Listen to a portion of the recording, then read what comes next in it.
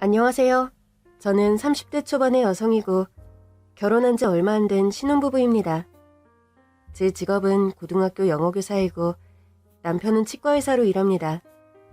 둘 다 안정된 직장이고 남편은 애처가여서 친정엄마는 그런 소리를 자주 하세요. 우리 윤진이가 착하고 능력 있는 남편을 만나서 가정까지 읽어서 엄마는 더 바라는 게 없다 이제. 뭘 벌써부터 그런 소리를 해요, 엄마.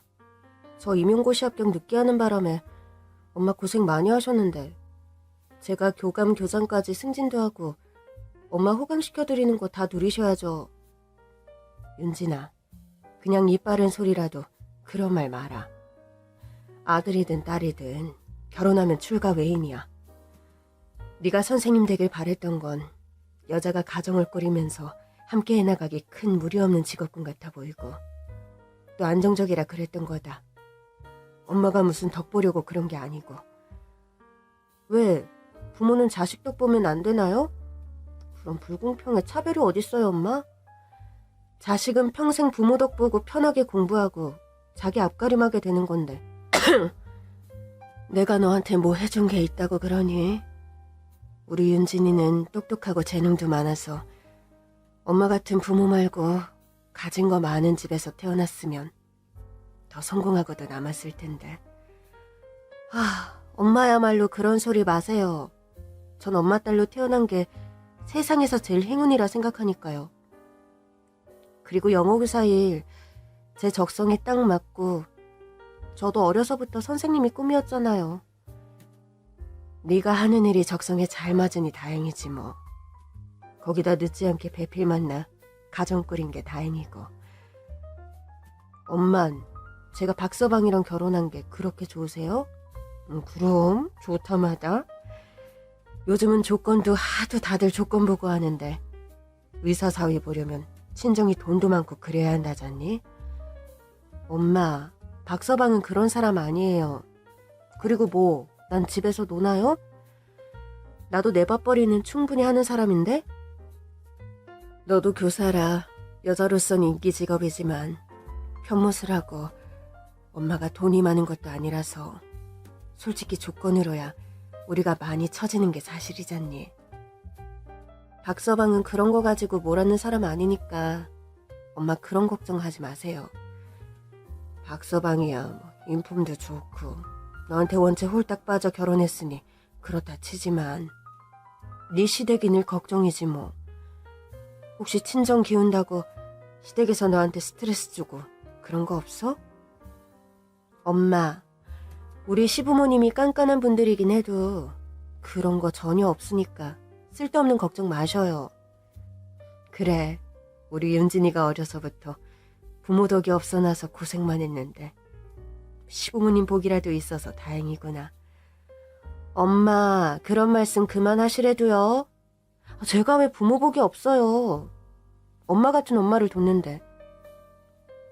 조건으론 네가 가진 거 없는 부모 만난 덕분에 박서방네가 처지는 결혼을 한 게 사실이니까. 시부모님 뭐라 해도 그저 예예하면서 고분고분 예쁨받게 노력해야 한다. 알았지 윤진아? 엄마도 참 우리 시부모님이 나한테 얼마나 잘해주시는데요. 엄마는 결혼 초부터 자꾸 그런 걱정을 많이 하셨습니다. 저는 그런 일 없다고 나는 시댁에서 사랑받는 며느리라고 엄마에게 말씀드리곤 했지만 사실은 좀 사정이 달랐죠.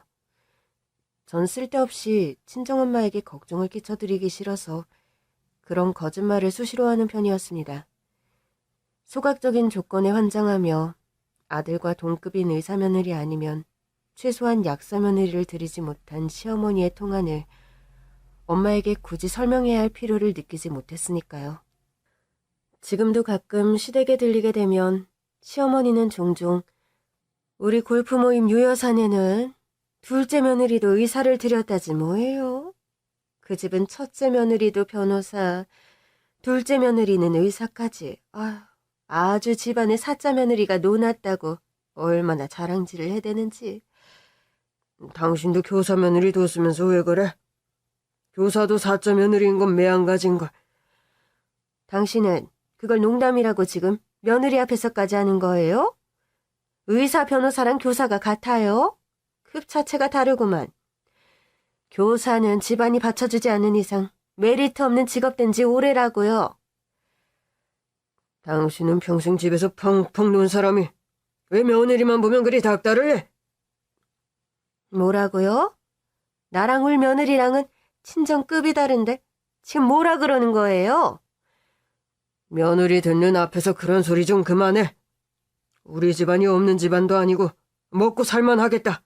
남들은 교사 며느리 들이지 못해 안달이구만. 뭐 그리 욕심만 넘쳐서는. 아휴, 나만 좋자고 의사 약사 며느리 욕심내요? 사자 며느리 들어오면 아들도 혼자 돈벌이 부담서 벗어나서 좋고 가문의 후광이 달라지는데 그게 뭐 잘못된 욕심이에요? 알았어.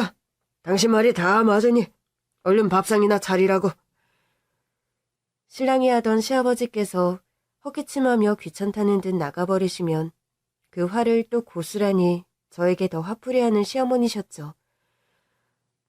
우리가 처지는 결혼한 거는 누가 뭐래도 사실이다. 그건 윤진이 너도 인정하지? 네, 어머님. 길상이가 너한테 콩깍지만 씌지 않았어도 이 결혼은 애초에 어림도 없는 결혼이었어. 알아? 네. 네가 부모 덕은 없더니 아유 남편 복 하나는 타고났구나. 거기다 이런 말 나오면 나한테 쿠사리 주는 시부복까지. 아유 얼른 콩나물 무치고 김치 썰지 않고 뭐하니? 네 어머니 금방 상 차리겠습니다. 암튼 아유 자식 복이 최고인 시대도 다 지났고 여자는 뭐니 뭐니 해도 남편 복이 최고지. 넌 평생 네 남편한테 절하며 살아도 모자르다. 남편 휘어잡는다고 큰 소리치고 잔소리할 생각 말고. 저랑 그 사람 부부싸움 한 번도 한 적 없어요, 어머니. 걱정 마세요. 그거야 길상이가 워낙 순하고 착해서 그렇지. 그런 내 아들 이겨먹을 생각 평생 하지 말라고. 내 말 무슨 말인지 못 알아듣니? 알아들었어요, 어머님. 명심하겠습니다. 편모스라에서 살아. 대체 뭘 보고 배웠을 거냐고. 저희 엄마가 아빠한테 하는 양을 보고 배운 게 하나 없는데 그렇게 본바 없이 큰애들이 개념 없고 싸가지 없는 행동하는 걸 하도 많이 봐왔기 때문에 내가 걱정이 돼서 하는 소리야. 사사건건 말도 안 되는 오기와 강짜를 부리며 저를 쥐잡듯 잡으려는 시어머니셨죠. 다른 건 다 참아도 그렇게 제가 홀어머니 밑에서 자란 가정환경을 운운하며 뭐라고 하실 땐 정말 따지고 반기를 들며 대거리하고 싶은 마음이 들 때가 한두 번이 아니었죠. 그렇지만 처지는 결혼을 남편이 한 게 사실이고 그저 예의하라는 엄마 말씀. 엄마 말을 따르느라 참았고 또 말귀가 통하지 않는 어르신을 상대로 떼곡떼곡 대거리해봐야 더 큰 분란만 가져올 거라는 걸 알았기에 저는 남편에게도 큰 내색을 하지 않고 시어머니의 그런 막대먹은 언행을 참는 편이었습니다. 게다가 평생을 저의 행복만을 위해 살아오신 엄마에게 제가 조건이 처진다는 이유로 시집살이 당하고 있다는 말씀은 절대 들을 수 없었습니다. 사실은요, 제가 3살 때 저희 아빠가 뇌출혈로 돌아가셨습니다. 부자는 아니었지만 생전 저희 아빠는 구청의 공무원이셨고 성실하고 다감한 애처가셨다고 해요.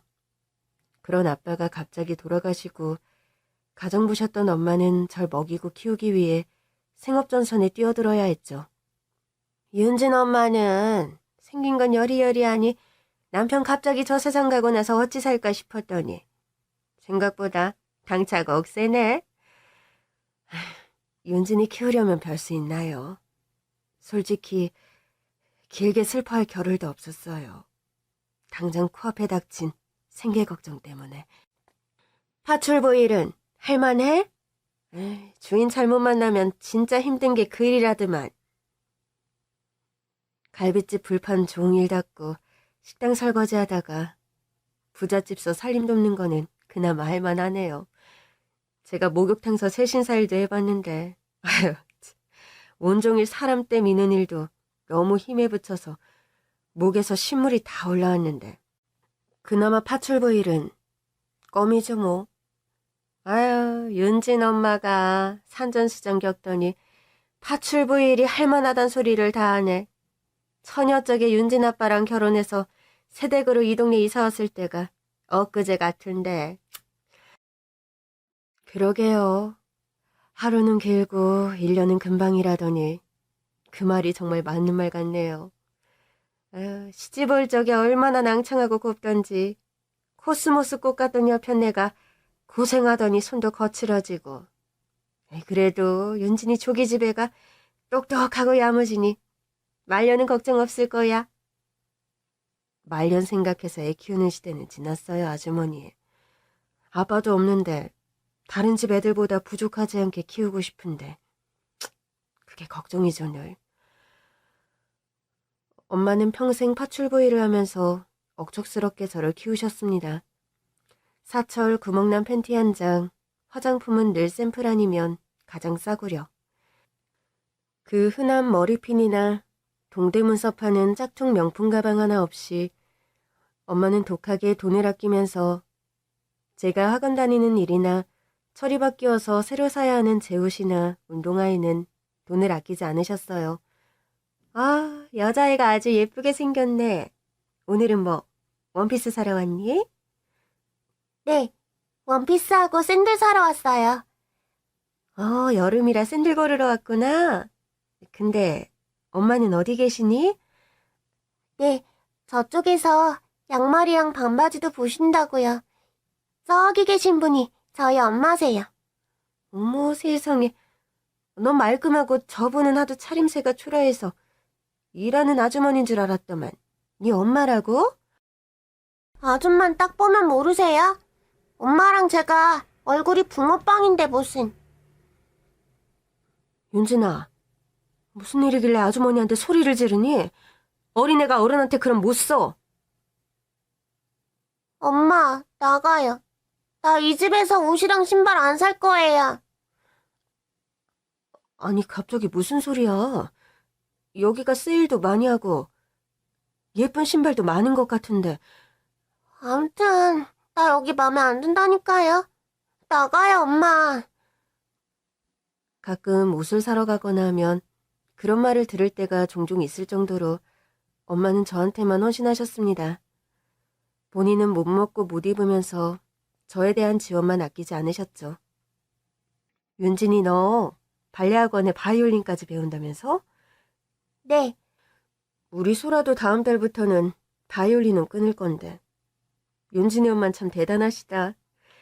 학원비가 만만치 않을 텐데 넉넉지 않은 형편에도 네 학원을 그리 열심히 보내시는 거 보면 말이야. 전 가끔 그런 말을 듣고 오면 엄마께 말씀드리곤 했죠. 엄마, 나 바이올린 학원은 그만 다닐까요? 그게 갑자기 무슨 소리야. 잘 다니던 바이올린 학원은 왜 그만둬?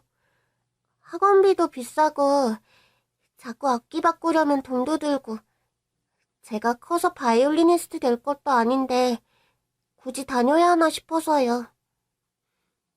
바이올리니스트하고 발레리나 되라고 엄마가 너 학원 보내는 것 같니? 그럼요. 윤진아, 네 나이 때는 그런 것들을 고루 배워둬야 나중에 어른이 되어서 고상한 소양이 되는 거야. 특히나 딸아이들은 그렇게 발레며 음악을 어릴 때부터 배워서 자라면 나중에 커서 얼마나 기품 있는 아가씨가 되는데? 그럼 내가 나중에 기품 있는 아가씨 되라고 엄마가 고생고생 하시는 거예요? 그럼 엄마는 나중에 우리 윤진이가 어디내 놔도 안 꿀릴 멋진 아가씨가 되길 바래서 바이올린도 보내고 발레 학원도 보내는 거야. 그래도 엄마가 매일 허리에 파스 붙이면서 너무 고생하시니까 저만 학원 여러 개 다니는 거 너무 죄송해서 그래요. 아니, 갑자기 너 왜 그러니? 누가 너한테 그런 소리 하든. 오늘 소라네 집에 놀러 갔는데 소라 엄마가 그랬어요. 자기는 맞벌이여도 소라 바이올린 학원 안 보내는데 우리 엄마는 혼자 힘들게 일하면서 나보고 학원 이것저것 여러 개 다닌다고요.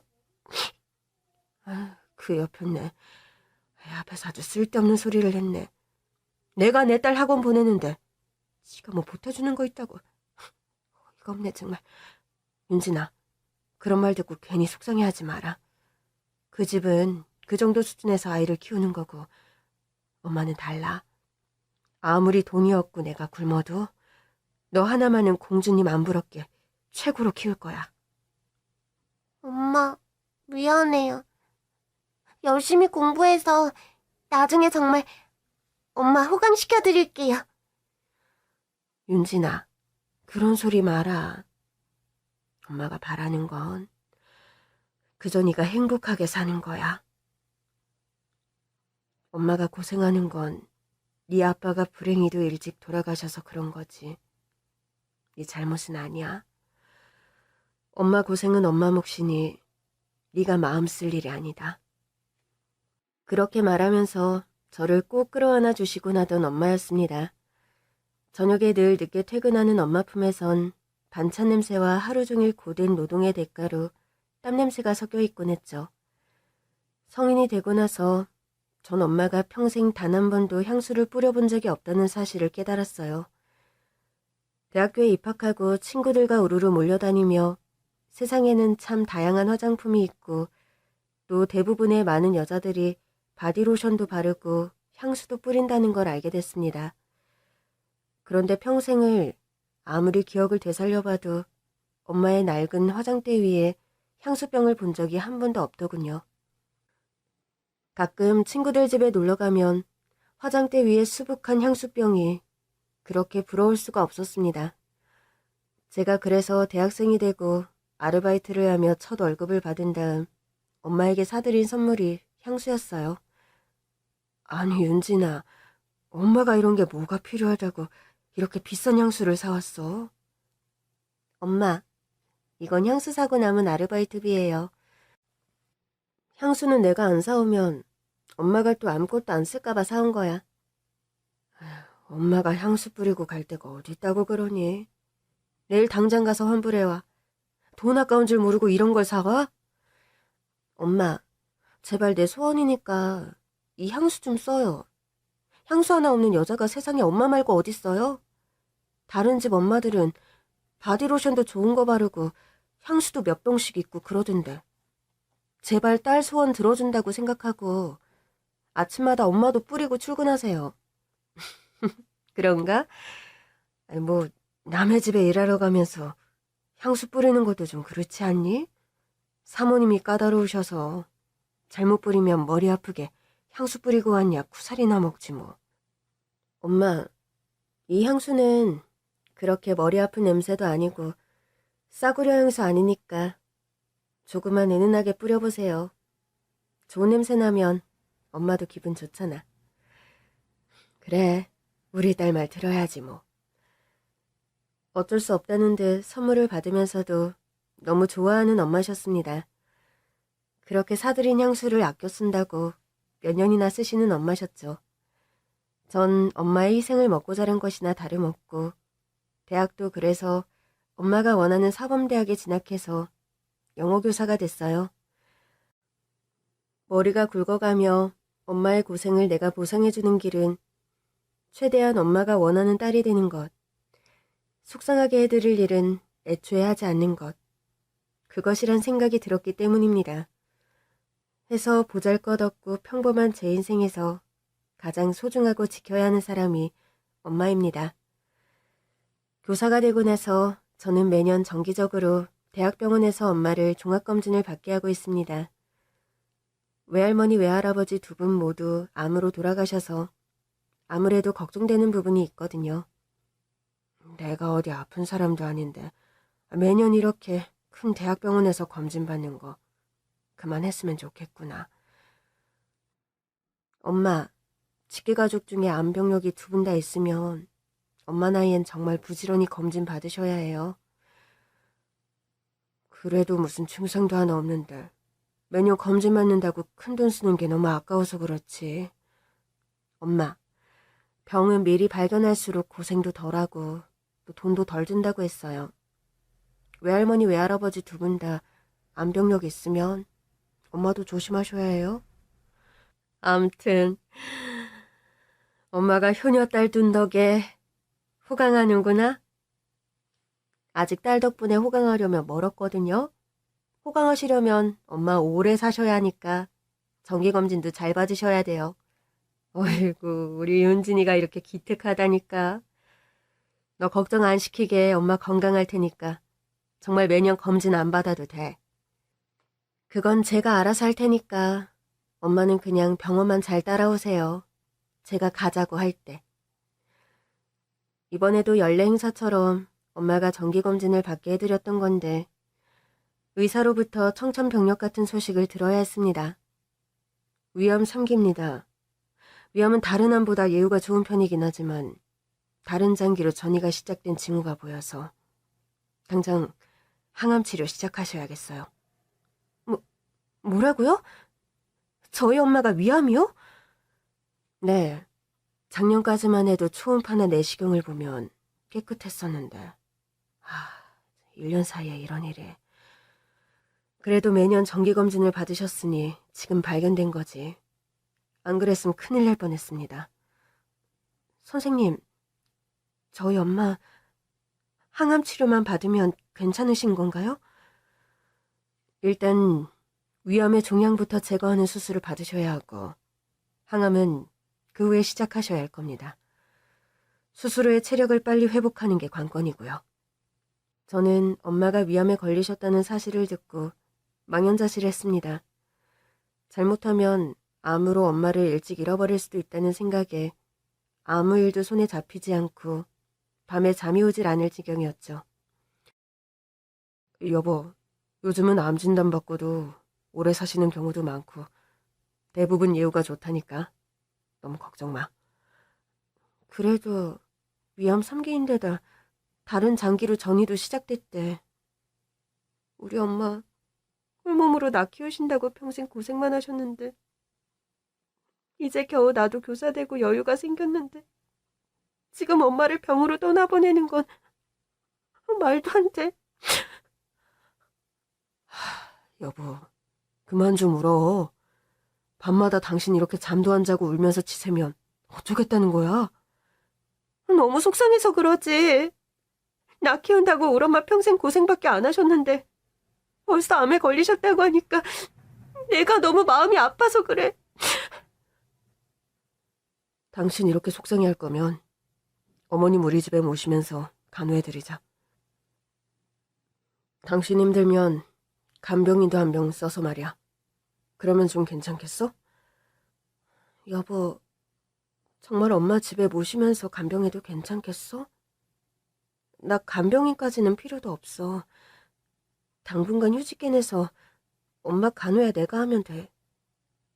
안 그래도 당신한테 말을 꺼내야 하자면서도 눈치가 보여서 말을 못했는데. 왜 그런 말을 하면서 내 눈치를 보니? 부부는 일심동체라는 말도 몰라? 당신한테 어머님이 어떤 존재인지 아는데 내가 그걸 반대할 것 같았어? 그래도 나한텐 전부인 친정엄마지만 당신한테는 불편할 수도 있는 거니까. 제발 이제 그런 바보 같은 소리 좀 그만해. 당신한테 전부인 어머님이면 나한테도 전부인 분이야. 지금 하시는 파출부 일 당장 관두시라고 해. 그리고 집에서 모시면서 우리가 간호해드리자. 어머니 수술 받고 항암하시면서 분명 좋아지실 거야. 여보. 여보 고마워. 정말 당신밖에 없다. 그런데 우리 엄마 집에 모시며 간호하는 거 어머님도 허락하실까? 글쎄, 일단 그건 시어머니의 성향을 아는 남편은 저의 그 마지막 물음에는 시원하게 대답을 하지 못하더군요. 그도 그럴 것이 시어머니가 아셨다간 날벼락이라도 떨어질 게 뻔했습니다. 윤진아, 세상엔 하얀 거짓말이라는 것도 있는 법이잖아. 경우가 딱 들어맞는 표현인지는 모르겠지만 일단은 우리 엄마한테는 비밀로 하자. 어차피 엄마가 우리 집에 오시는 경우도 거의 없는데 지금 당장 말씀드릴 필요는 없는 것 같아. 알았어. 일단 당신 뜻대로 할게. 그렇게 시어머니께는 당분간 비밀로 붙이기로 하고 친정엄마를 집에 모시기로 했죠. 아니, 내가 왜 내 집 놔두고 너네 집에 들어가니? 엄마, 지금 엄마 몸이 성치 않잖아요. 암 수술 앞두고 또 수술 끝나고선 항암해야 하는데 엄마 혼자 지내게 두는 건 말이 안 돼요. 네가 혼자 사는 애도 아니고 멀쩡히 가정이로 사는데 어떻게 염치도 없이 사위가 있는 집에 들어가니? 요즘은 병원도 시스템이 잘 되어 있고 요양원도 많으니 엄마는 걱정 마라. 엄마가 간병비 보험 같은 것도 들어놨어. 돌봐줄 사람 없을까 봐. 네가 걱정할 필요도 없어. 간병인이 하는 거랑 딸이 돌봐주는 거랑 같아요? 엄마, 위암 3기예요. 지금 그런 말 할 때가 아니라고요. 박서방도 그러라고 흔쾌히 오케이. 아니, 그 사람이 먼저 나서서 엄마 집에 모셔야 한다고 했어요. 그건 네가 하도 걱정하니 어쩔 수 없이 박서방이 그랬을 거다. 엄마, 제발 고집 그만 부려요. 엄마가 아무리 싫다고 해도 전 엄마 집에서 모시면서 병간호할 거니까 그리 아세요. 엄마는 결국 저의 설득과 고집에 저희 집으로 들어오시게 되었습니다. 암 수술을 앞두고 엄마는 파출부로 일하는 집에도 일을 그만두겠다고 말씀을 드렸죠. 그렇게 수술을 준비하며 친정엄마와 함께 집에서 지내던 어느 날이었습니다. 외출해서 돌아오신 엄마가 다시 어딘가로 외출 준비를 하시는 겁니다. 엄마, 밖에 다녀오신 분이 어딜 또 나가시려고요. 수술도 얼마 안 남았는데 집에서 쉬셔야지. 어딜 자꾸 나가세요. 다름이 아니라 일 관두기로 한 댁에서 사모님을 마지막으로 좀 뵙기로 했다. 사모님이 부탁하신 거 전해드려야 하기도 하고. 일 관두는 마당에 뭘 또 엄마한테 부탁했길래요? 그런 게 좀 있어. 엄마는 뭔가 말하기를 꺼려하는 듯하며 외출 준비를 서두르시더군요. 엄마가 외투를 걸쳐 입고 밖으로 나가려던 순간 갑자기 현관문이 밖에서 벌컥 열리며 시어머니가 안으로 들어오는 겁니다. 예고도 없는 방문에 깜짝 놀라긴 저나 친정엄마나 마찬가지였죠. 아유, 사부인, 기별도 없이 어쩐 일이세요? 어머님, 저희 집엔 어쩐 일로 오셨어요? 엄마가 아들 집에 오는 게 뭐 꼭 이 일이 있어야만 오니? 내가 혹시나 해서 와봤더만 역시나네. 너 지금 내 허락도 없이 암 걸린 이 친정엄마 내 아들 집에서 모시는 거냐? 어머님, 그걸 어떻게 하시고... 정말 어이가 없어서 원. 내가 지금 그걸 어떻게 한지가 중요하니? 네 친정엄마 암투병하다는 소식 듣고 내가 혹시나 넘겨짚어 와본 거다. 운다고 말했으면 네 엄마 모시는 거 감쪽같이 또 속일 거였잖니? 사부인, 염려 끼쳐드려서 죄송합니다. 안 그래도 저는 딸아이 집에 머물 생각이 아니었어요. 제가 극구 반대를 했는데도 딸아이가 고집을 부리는 바람에 이렇게 사위 집에 신세를 지려 했는데 아무래도 제 처음 생각이 맞았네요. 당장 이 집에서 나갈 테니. 엄마, 그게 무슨 소리예요? 엄마가 나가긴 어딜 나가요. 어머님, 다른 건 다 어머니 말씀 따라 순종하겠습니다만 저희 엄마 내치라는 말씀은 제발 말아주세요. 저희 엄마 위암 3기고 아시다시피 돌봐줄 가족 한 명 없는데 딸인 제가 간병 안 하면 누가 돌보겠어요? 너 말 한 번 웃기게 한다? 너 같은 식으로 말하면 가족 없는 사람은 암투병도 못하겠다. 병원서 간호사니 간병인이 다 알아서 해주는데 네가 뭐라고 네 엄마를 우리 아들 집에서 모셔? 저희 엄마 병간호는 제가 합니다. 아무리 반대하셔도 이것만은. 뭐라고 자꾸 말대꾸 하는 거야? 보자 하니까 정말 시어미가 보자기로 보이니? 이래서 배운 데 없는 며느리 들이는 게 아니라더만. 네가 이제야 본색을 드러내는구나. 사부인즉 고정하세요. 이렇게 아이를 혼낼 일이 아닙니다. 애초에 사위 집에 들어온 제가 잘못한 거니 탓할 거면 제 딸이 아니라 저를 탓하세요, 제발. 됐어요. 아유, 딸년 교육을 어떻게 시켰길래 시어미한테 이딴 식으로 말대꾸를 해요. 딸년 교육 좀 똑바로 시키라고. 알았어? 그리고 너랑 네 엄마랑 같이 내 아들 집에서 나가라. 우리 아들한테 암 옮길 수도 있으니까 당장 나가. 그렇게 말도 안 되는 막말을 하며 저와 친정엄마를 막무가내로 밀치며 친정엄마의 멱살을 잡는 시어머니였습니다. 시어머니의 거친 행동을 저지하느라 팔을 잡고 만류했던 엄마의 팔에서 엄마의 외투가 툭 하고 떨어졌습니다. 그리고 그 순간이었어요. 시어머니의 얼굴색이 하얗게 질린 것은, 시어머니의 하얗게 질린 얼굴이 뚫어지게 쳐다보고 있는 것은 몇 장의 사진들과 서류들이었습니다. 사진 속의 내용은 가히 충격적이고 놀라워서 제가 기함에 뒤로 낮아빠질 뻔한 것이었습니다. 아니지, 이 사진들이, 이것들이 왜 대체 그쪽 외투에서... 저도 제가 일하는 댁 사모님 심부름으로 이 사진들과 서류를 받고 전해드리려던 건데 사진 속 주인공이 사부인일 거라곤 저도 미처 몰랐네요. 세상에. 저희 친정엄마 역시 너무 놀라기는 마찬가지였습니다. 대체 어떤 사진이었길래 그렇게 모두가 낮아빠질 만큼 놀랐냐고요? 네, 사진 속에서 시어머니는 저희 엄마가 파출부로 일하던 재벌집 회장과 불륜을 저지르고 있었습니다. 사진 속에서 시어머니와 그 재벌집 회장은 골프장이며 식당, 모텔 등지에서 한눈에 봐도 연인임이 분명한 애정행각을 아주 과감하게도 벌이고 있었어요.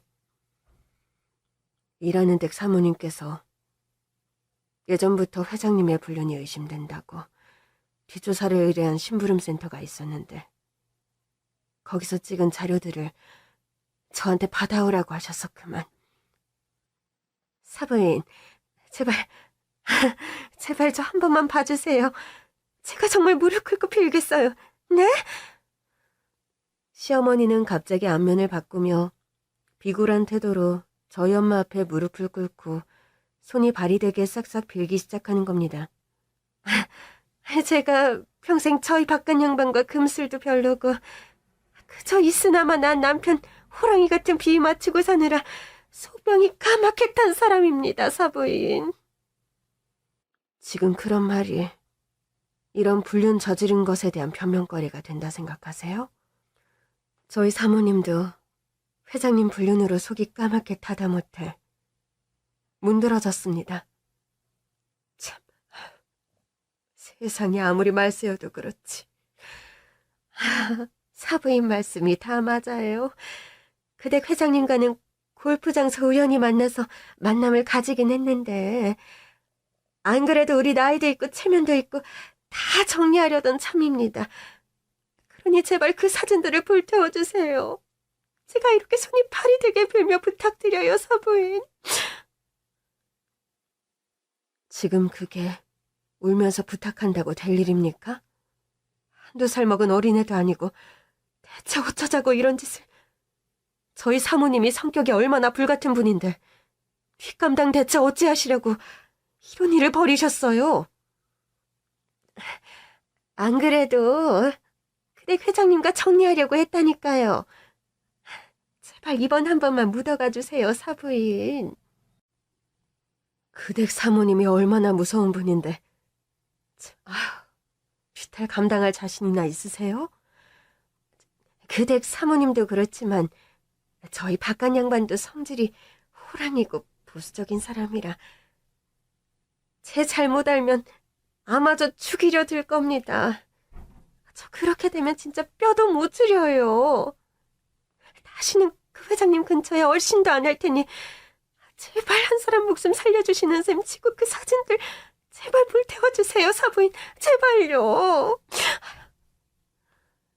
저희 엄마 바짓가랑이를 잡고 울며 불며 애원하는 시어머니를 보고 있자니 참 어이가 없고 기가 막히더군요.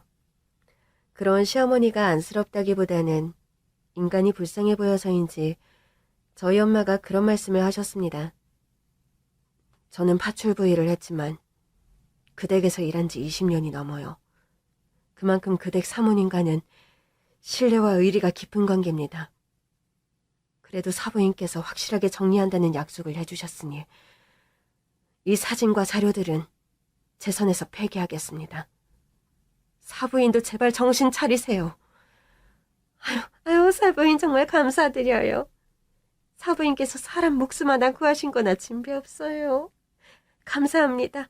사부인만 믿고 돌아가겠습니다. 어머님, 저희 엄마는 뭘 당연한 걸 넌 다시 말을 꺼내고 그러니? 이 친정엄마 모시는 일을 왜 나한테 허락을 받아? 친정엄마 죽을 때까지 모셔라. 시댁엔 걸음 안 해도 된다.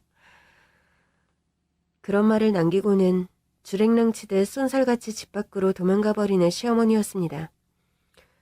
너무 어이가 없어 저나 엄마나 코웃음이 나올 지경이었어요. 엄마, 그래도 그 댁에서 부탁받은 일인데 사진 마음대로 없애도 괜찮으시겠어요? 사모님께 마지막으로 전해드려야 할 사진들이긴 했는데 사람이 살다 보면 모르는 게 약일 때도 있는 거란다.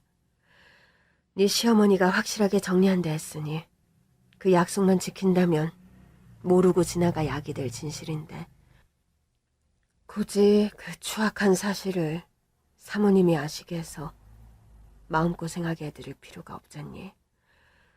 엄마는 심부름센터도 들려 입단속을 하고 또 일하던 댁에 사모님을 만나고 오시겠다면서 다시 외출을 하셨습니다. 상상하지도 못했던 시어머니의 추잡한 비밀을 알게 되자 그 충격이 꽤나 큰 게 사실이었죠. 일단 엄마와 저는 시어머니에 대한 모든 치부를 철저하게 비밀로 덮기로 했습니다.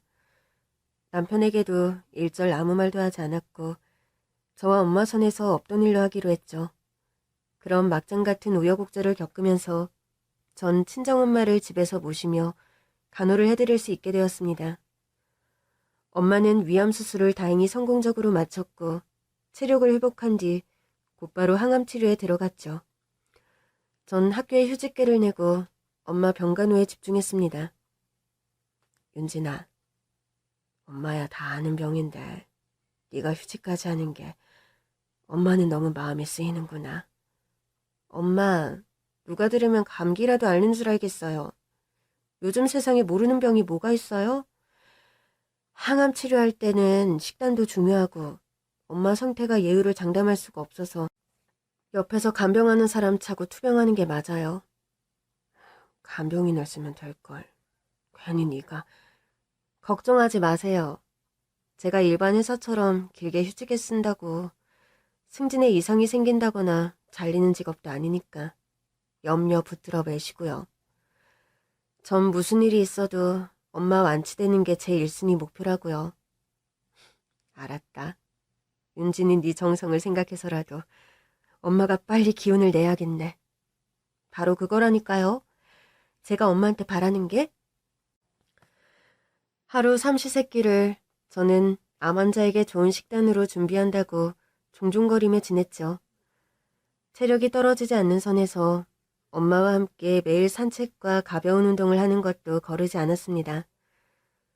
수술하고 나서 엄마 머리를 감겨드리는데 너 키우며 고생한다고 주변 사람들이 인사치레할 때 자식 덕 보려고 키우는 거 아니라 했는데 엄마가 윤진이 네 덕을 이리 톡톡히 볼 줄 몰랐네. 자식만 부모 덕 보는 법이 어딨어요?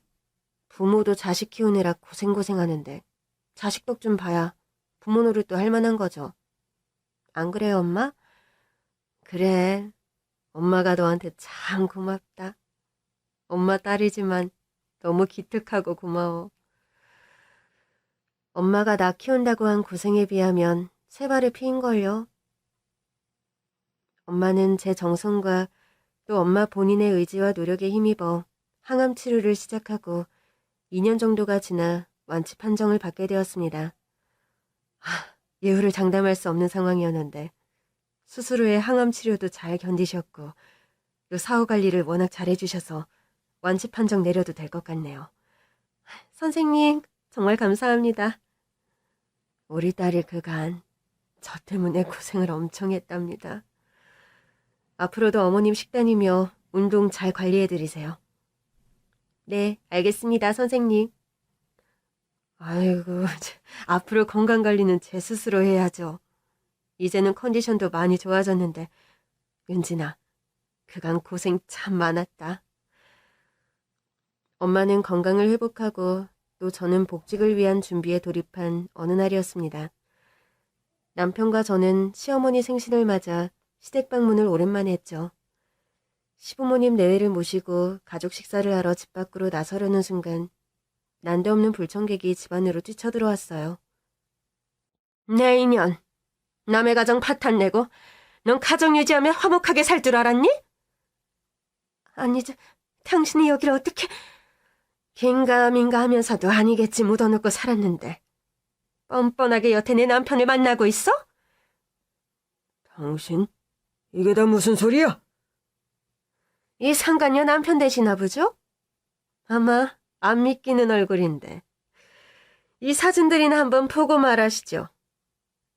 알고 보니까요. 시어머니는 몇 년 전에 그 사달을 겪고도 그 재벌 회장이라는 남자와 은밀한 만남을 지속했던 모양입니다. 결국 꼬리가 길면 밟힌다고 그 재벌 사모는 최근에 남편의 휴대폰 비번을 알아낸 뒤 불륜 증거를 잡은 모양이더군요. 저희 엄마 선에서 무덤에 묻힐 뻔했던 증거 사진들은 그 재벌 사모가 다시 심부름센터에 의뢰를 하며 다시 촬영이 되었던 거죠. 여보, 일단 내 말 좀 들어봐요. 그 회장님과는요? 이 뻔뻔한 상간녀야. 내가 더 험한 꼴 보이기 전에 이실직고하고 네 가족들한테 사죄나 해. 아니, 이 사진들은? 당신, 이 사진들 다 진짜야? 어떻게 자식들 부끄러운 줄도 모르고 당장 내 집에서 나가! 꼴도 보기 싫으니까! 여보, 제발 용서해줘요. 제발 부탁이에요. 더 긴 말하고 싶지 않다. 자식 며느리 보는 앞에서 이게 대체 무슨 꼴이니? 당신은 회복할 수 없는 망신과 상처를 내게 줬어. 내가 더 험한 일 벌이기 전에 내 눈앞에서 사라져, 당장! 시어머니는 거의 맨몸으로 쫓겨나다시피 시댁에서 내쫓김을 당했습니다. 배신감과 증오심에 쩌든 재벌 사모님은 이판사판 본인 남편과 이혼 소송을 밟으며 바로 시댁으로 쳐들어온 것이었습니다. 여기서 내 복수와 응징은 끝인 걸로 하겠습니다. 저리 다 늙어 불륜 저지르는 이 집 여편네나 저희 남편, 아니 전 남편이란 인간이나 평생 용서받을 생각하면 안 되죠? 가정이 파탄난 마당에 이 댁 바깥 어른께 뭐라 욕하고 싶진 않네요. 안녕히 계십시오. 그렇게 일가를 날린 재벌집 사모님은 운전기사가 몰고 온 차를 타고 호련히 사라지더군요. 그 후에 들려온 소식에 의하면 그 집 회장님도 거액의 위자료와 재산 분할을 마치고 그 사모님께 이혼을 당하셨다고 하더군요. 사회적으로 위신이 땅에 떨어져 어디 바깥 외출도 못하게 되었고 또 지병이 악화되는 바람에 어디 산속에 들어가 자연인 같은 생활을 하는 신세가 되었답니다. 시어머니는 그날 악에 바친 재벌 사모가 집에 등장했던 날 이후로 다시는 시댁으로 돌아오지 못했고 거의 맨몸으로 쫓겨나다시피 이혼을 당하셨죠. 남편은 시어머니의 외도를 알고 난 이후 충격에 빠져 쉽게 헤어나오지 못했습니다. 어떻게 다른 사람도 아니고 우리 엄마가... 당신이랑 어머니께 나 부끄러워서 도무지 얼굴을 들 수가 없다. 여보, 그런 소리 하지 마. 내가 남도 아니고 나한테까지 그런 마음 가질 필요는 없어. 아니야. 아무리 와이프라도 부끄러운 건 부끄러운 거지. 당신, 우리 엄마 투병 시작할 때 나한테 했던 말 기억 안 나?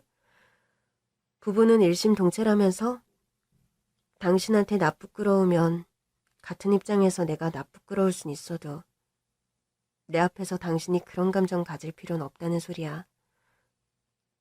미안하다.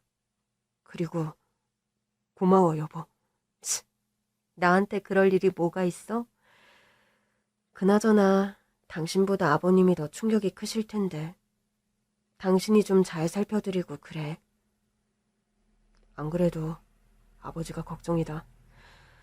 평생 투닥거리시긴 했지만 엄마랑 한평생 해로하셨는데 늙음하게 이런 일을 겪어서. 그 재벌집도 이혼하고 난리가 났다는데 아버님께서도 빨리 마음을 추스르셔야 할 텐데 며느리 입장에서 뭐라 위로를 드리기도 참 그렇고. 나도 난처하네. 저희 아버님은 시어머니와 이혼이 종료된 뒤 예상외의 선택을 하시더군요. 누구도 설마 그럴 거라고 생각 못했던 시아버지의 선택에 저와 남편은 또다시 놀라고 말았습니다. 너희들에게 할 말이 있어서 불렀다. 미안하구나. 주말을 쉬는데 오라가라 해서. 아니에요, 아버님. 요즘 식사는 좀 잘하셨어요? 내가 요즘 식사가 문제겠니? 더 이상 세상 사는 맛도 없고 면목도 없는 사람이다, 내가. 아빠, 제발 그런 말씀 마세요. 잘못한 건 엄만데 왜 자꾸 그런 말씀을... 내가 오늘 너희 부부를 오라고 한 건 기인이 너희에게 할 말이 있어서다. 무슨 일이신데요, 아버님? 아들 보기도 부끄럽지만 특히 네 앞에서 내가 얼굴 들기가 여전히 힘들구나. 아버님, 그런 말씀 마세요. 난 평생을, 그래도 최고는 아니지만 한 가정의 가장으로서 남편으로서 최선을 다해 살아왔다고 생각했는데 그런 모든 게 물거품이 되어버렸다. 최근의 사건을 통해서. 아버님 잘못도 아니고 그건 어머님 가오신데 자책은 그만하세요, 아버님. 어떤 시시비비를 논하고 책임을 묻자고 꺼낸 소리가 아니다. 내가 오늘 너희를 부른 건 대단치 않은 자산이다만 이제 너희 앞으로 정리를 하려 해서다. 아니, 아빠, 갑자기 그건 또 무슨 말씀이세요?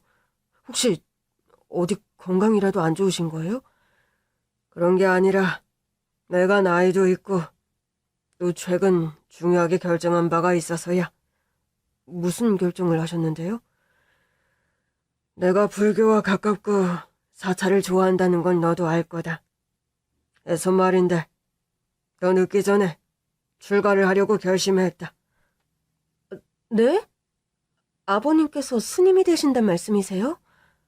그래, 내 입장에선 고민 많이 하고 내린 결정이니 너희 뜻과는 다르더라도 부디 이해해주길 바란다. 아니, 아버지, 아무리 엄마한테 배신감을 느끼셨더라도 이건 아니시죠? 갑자기 아버지 나이에 무슨 출가를 하신단 말씀이세요? 그게 내가 이 지옥스런 불구덩이에서 빠져나가는 유일한 탈출구고 해결책이다. 저와 남편의 만류와 설득에도 시아버지의 뜻은 완강했습니다.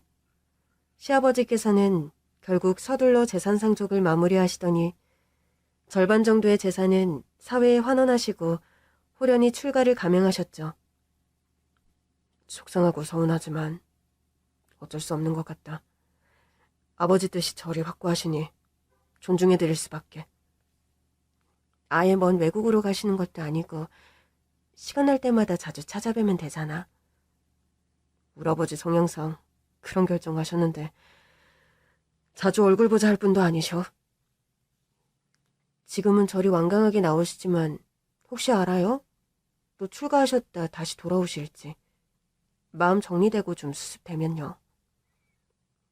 글쎄, 그렇다면 다행인데. 난 우리 아버지 성격을 아는데 아마 그러시진 않을 거야.